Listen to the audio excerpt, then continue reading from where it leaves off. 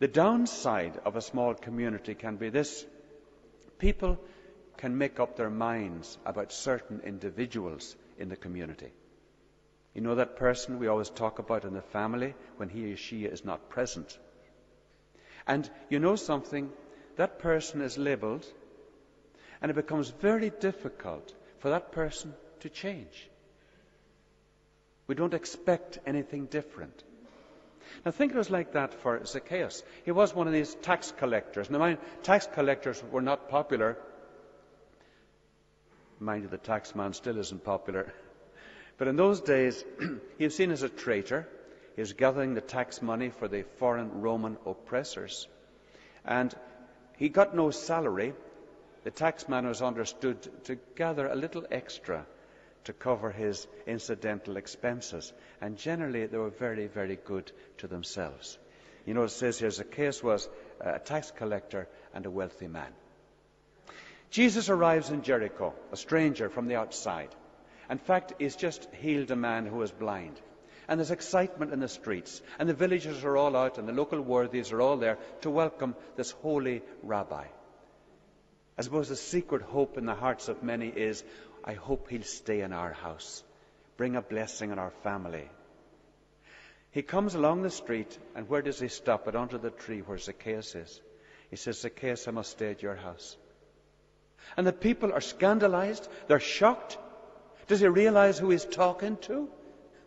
Zacchaeus comes down from his tree. He starts to say things like, he welcomed Jesus joyfully. And he says, I'll give half of what I own to the poor. And if I've cheated anybody, I'll pay him back 4 times the amount. Actually, that was the law in those days. You had to pay back 4 times the amount. Maybe they should bring that law back. So what had happened? The people are astonished now. What had happened? Yes, Zacchaeus has changed. It's not as if Jesus, if you like, worked a miracle, waved his magic wand and said, Zacchaeus, you're a bad man, now I'm going to make you a good man. Jesus accepted Zacchaeus. Something he had not experienced in that village. All he got was rejection. He accepted him. Jesus did not judge. He looked beyond the surface to the real Zacchaeus. And he saw the emptiness and the loneliness in that little man's heart that he's trying to fill up with money and material things. In other words, Jesus listened. Jesus loved Zacchaeus. And Zacchaeus is changed. When you know you're loved, you're a free person. He doesn't have to cling anymore to these things he'd accumulated. He's free. You notice the response to love? Love begets love. He wants to help others. He's going to share what he has with the poor. As the song says, yes, love changes everything. I often ask people to pray for the person they like least. You don't have to think too hard who that might be. Think who it is. And often the person you like least that gets up your nose is the person that literally needs you the most. They may be difficult. They may be very difficult. And I find people like that everybody tends to judge. When they confide in you, you find they're very vulnerable. And the person they like least is themselves.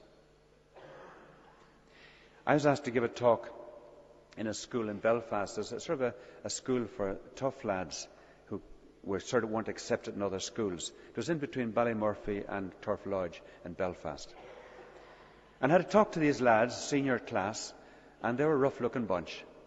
That spiked hair, Mohican haircuts, colours, all kinds of colours and outfits. And in a way I felt I was talking to aliens from another planet.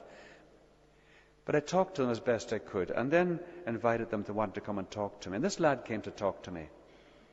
And he told me he was trying to give up, and I thought he was going to say cigarettes or drugs or something. No, he was trying to give up joyriding. Now, my reaction was, another one of those. We heard them at night. They used to keeping the place awake, wrecking cars and terrifying people. And the reaction tends to be anger. I listened to the lad. And I asked him what made him do this. Why? He told me he was unhappy, because we all get unhappy from time to time, that he was bored. And of course the word bored really means lonely.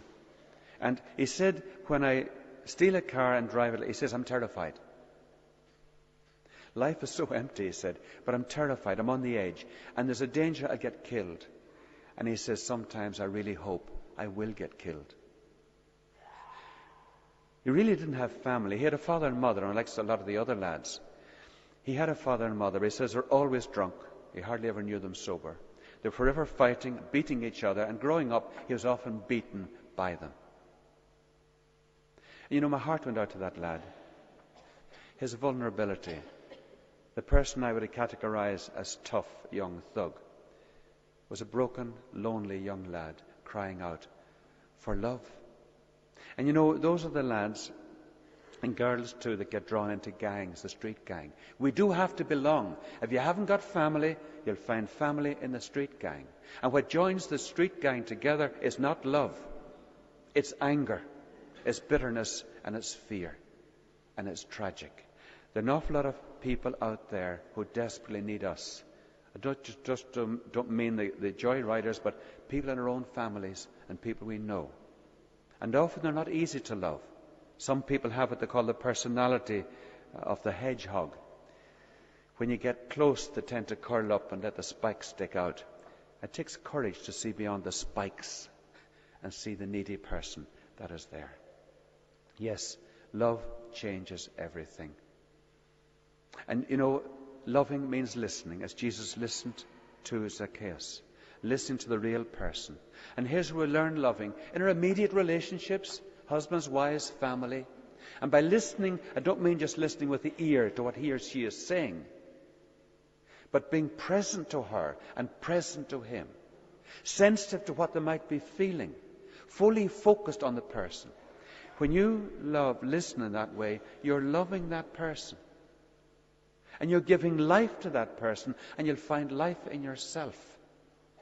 And you know, when you're loving in that way and listening, Christ in you is loving and listening. Because in each person, every human encounter is an encounter with Christ. Every person we meet is an encounter with Christ. When you listen, you become involved. And you become life-giving. You bring conversion, change in your own heart and the hearts of others. And isn't that what Jesus told us? To love as he loved, even unto death. And he did say, what's the mark of the Christian? How do you know a Christian? It's by your love. All people know you're my followers. He said too, in as far as you've done it to one of these, even the least of my brothers or sisters, you've done it to me. Amen. So I'll read for you some of the petitions that have been sent in. And do keep writing your petitions, and especially your thanksgivings. Dear Mother Perpetual Help, I come to ask the help of your Divine Son. Please pray to him for me. It's very hard to know where to start, but this past year has been very difficult. You see, I lost my mum and dad within months of each other. My heart misses them so much. I'm lost. The two people whom I love are no longer there. Please help me.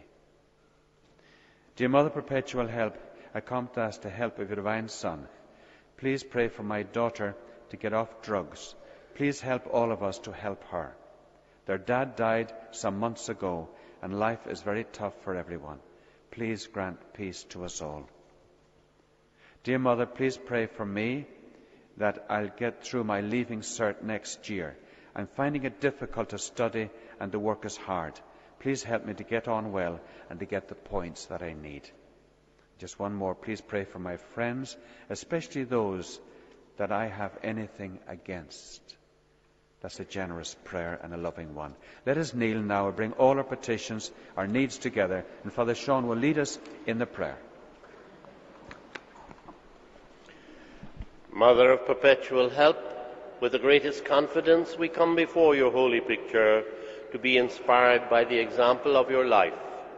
We think of you at that moment when, full of faith and trust, you accepted God's call to be the mother of his Son. Help us, your children, to accept with joy our own calling in life. When you learned that your cousin Elizabeth was in need, you immediately went to serve her and offer your help. Help us, like you, to be concerned for others. We think of you, Mother, at the foot of the cross. Your heart must have bled to see your son in agony, but your joy was great when he rose from the dead, victorious over the powers of evil. Mother of sorrows, help us through the trials and disappointments of life. Help us not to lose heart. May we share with you and your Son the joy of having courageously faced up to all the challenges of life. Amen.